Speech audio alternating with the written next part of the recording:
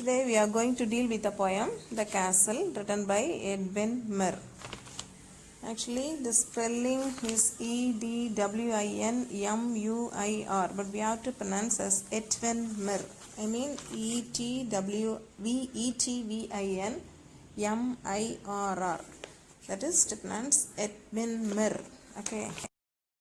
To know about the author, he was a renowned Scottish poet, novelist, translator and critic. Actually, he was remembered for his well-known poems only. He started writing poems in his old age only. Okay students, as you are in the class, have your text and a pencil in your hand. Okay, coming to the poem, The Castle, written by Edwin Murr. What is meant by castle? A castle is a large building with thick and high walls. Castles are usually built by important people such as kings in former times, especially for protection during wars and battles. Here, this poem, The Castle, tells the story of an unspecified battle. Students, just imagine a castle in your mind. Here, in this poem, the speaker is one of the several men lodged in a seemingly impenetrable castle. The narrator is one of the soldiers who is also inside the castle. They have plenty of arms and food inside the castle itself. Their allies are nearby to safeguard them. The castle gates are strong. Its walls are high, thick and smooth. Yet these men are defeated. You know how they are defeated? A guard of the castle, who is guarding one of the gates, got some bribe from the enemy soldiers and led them inside the castle. So, they were defeated. This is what we have to see in the poem. I mean, how the castle came down. All through that summer at ease we lay, and daily from the turret wall we watched the mowers in the hay, and the enemy half a mile away, they seemed no threat to us at all. All through that summer at ease we lay. That is, all through the summer season, the soldiers are lying comfortably and relaxing inside the castle. In the first line, underline the word we. We means the soldiers. And daily from the turret wall. Turret means a small tower on the top of the castle. ஒரு castle மேலேயும் ஒரு சின்ன சின்ன tower இருக்கும். From that tower, soldiers used to watch what's going on outside. We watch the mowers in the hay. Underline the word mowers and take down. People who trim grass and level the lawns. People who trim, T-R-I-M, trim grass and level the lawn, L-A-W-N-S. Lawn means pulvali. We watch the mowers in the hay. Soldiers used to watch the people leveling the grass on the garden. And the enemy half a mile away, they seemed no threat to us at all. The enemies were just half a mile away from the castle, but the soldiers have no fear at all. Threat means fear, F-E-A-R, fear. So the first stanza expresses the confidence of the soldiers. That is, their surrounding fortress protects them. அவங்க சுற்றி இருக்கிற அந்த கோட்டை அவங்கள பாதுகாப்பாக இருக்குது அப்படிங்கிற அந்த ஒரு கான்ஃபிடன்ஸ் அவங்களுக்கு இருந்துச்சு. For what we thought had we to fear, with our arms and provender, load on load, our towering battlements tier on tier, and friendly allies drawing near, on every leafy summer road. For what we thought had we to fear. The soldiers are very confident about the strength of the castle, so they are asking there is nothing to fear for them. With our arms and provender, load on load. With their arms, arms means weapons, and provender, load on load. Provender means food. So they have arms as well as food in plenty. Our towering battlements tier on tier. Towering battlements means tall towers with openings to shoot the enemies. Tier on tier means one above the other. That is, there are many towers with openings to shoot the enemies. and friendly allies drawing near. Friendly allies means supporting nations. So they are confident about their supporting nations also. On every leafy summer road. This line is a metaphor. On every leafy summer. Every leafy summer road means castle is surrounded by pleasant spring and nature.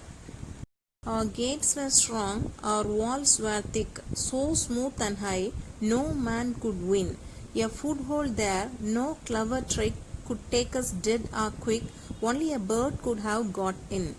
Our gates were strong, our walls were thick. Soldiers are very confident because the gates are very strong and having thick walls. So they are confident no man could win. யாராலுமே கேசலுக்குள்ள நுழைய முடியாது அப்படின்னு நினைச்சிட்டு இருந்தாங்க. A foothold there. Foothold means advantageous position. No clever trick could take us dead or quick. No clever trick. எந்த விதமான சூழ்ச்சினாலேயோ யாரும் உள்ளே நுழைஞ்சு அவங்கள உயிரோடவோ இல்லை கொன்னோ எடுக்க முடியாது அப்படின்னு நம்பிட்டு இருந்தாங்க. No soldier lose life. But only a bird could have got in. They thought only birds can stealthily enter inside the castle. ஒரு பறவையால மட்டும்தான் உள்ள நுழைய முடியும் அப்படின்னு நம்பினாங்க. What could they offer us for bait? Our captain was brave and we were true. There was a little private gate, a little wicket gate. The Visan warder let them through. What could they offer us for bait? Bait means something given to do something. What could they offer us? எல்லாமே எங்கள்கிட்ட இருக்கு, அப்புறம் என்ன அவங்களால offer பண்ண முடியும்? This is a rhetoric question. Underline this line. RHETORIC. Rhetoric question, very important line. Our captain was brave and we were true. Their captain was very brave and the soldiers are very true to him. There was a little private gate. ஒரு சின்ன private gate அந்த castle இருந்துச்சு. A little wicked means மோசமான, cruel.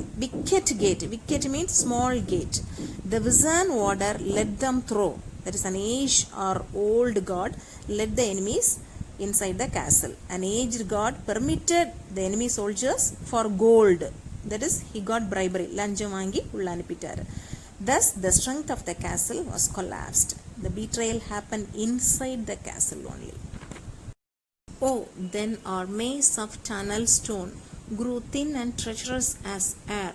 The cause was lost without a groan, the famous citadel overthrown, and all its secret galleries bare. Oh, then our maze of tunnel stone. Maze means winding, intricate, confusing path. And the tunneled stone, that is, this line is a metaphor, METAPHOR. And the winding, confused path, tunnels which on the citadel, that is, and the strong fort, grew thin and treacherous as air. Treacherous means disloyal. The second line is a simile, SIMILE. As underline பண்ணி simile mention பண்ணிக்கோங்க. The cause was lost without a groan. Groan means cry. There is no lament or cry in the castle. That is, the castle came down without any sound. The famous citadel overthrown. Citadel means strong fort. Overthrown means defeated. The castle was defeated and all its galleries, secret galleries, bare. Bare means empty. All the galleries are empty without previous richness. முன்னாடி இருந்த அந்த பொக்கிஷம், அந்த galleries, களஞ்சியங்கள் எல்லாமே empty ஆயிடுச்சு. How can this shameful tale be told? I will maintain until my death. We could do nothing being sold. Our only enemy was gold and we had no arms to fight it with. How can this shameful tale be told? This is a rhetoric question. Underline and take down rhetoric question. How can this shameful act told to others? இந்த கேவலமான செயலை எப்படி வெளியே சொல்ல முடியும்? I will maintain until my death. I will maintain. The soldier என்ன சொல்றாரு? I will maintain this. That is, he wants the truth to be untold till his death. அவனோட மரணம் வரைக்கும் யார்ட்டையும் சொல்லக்கூடாது அப்படின்னு நினைக்கிறாரு. We could do nothing being sold. நாங்கள் விற்கப்பட்டோம், but we can do nothing. எதுவுமே எங்களால் பண்ண முடியல. Our only enemy was gold. Their enemy was gold. That is bribery. Underline this line and take down irony. IRONY. Our only enemy was gold. இந்த லஞ்சம் தான் எங்களுடைய ஒரே enemy. And we had no arms to fight it with. No arms. That is, no weapons. இதை fight பண்ணுறதுக்கு எந்த வெப்பன்ஸுமே எங்கள்கிட்ட இல்லை. Thus, the poem starts in a majestic way, that is, in an optimistic manner. The soldier has full confidence over the strength of the castle, and finally, the soldier was very sad as they were sold for gold. Students, if you have any doubts, you can raise questions. It's the same road we're walking down, same job, same town, 'cause we've been told that's the way.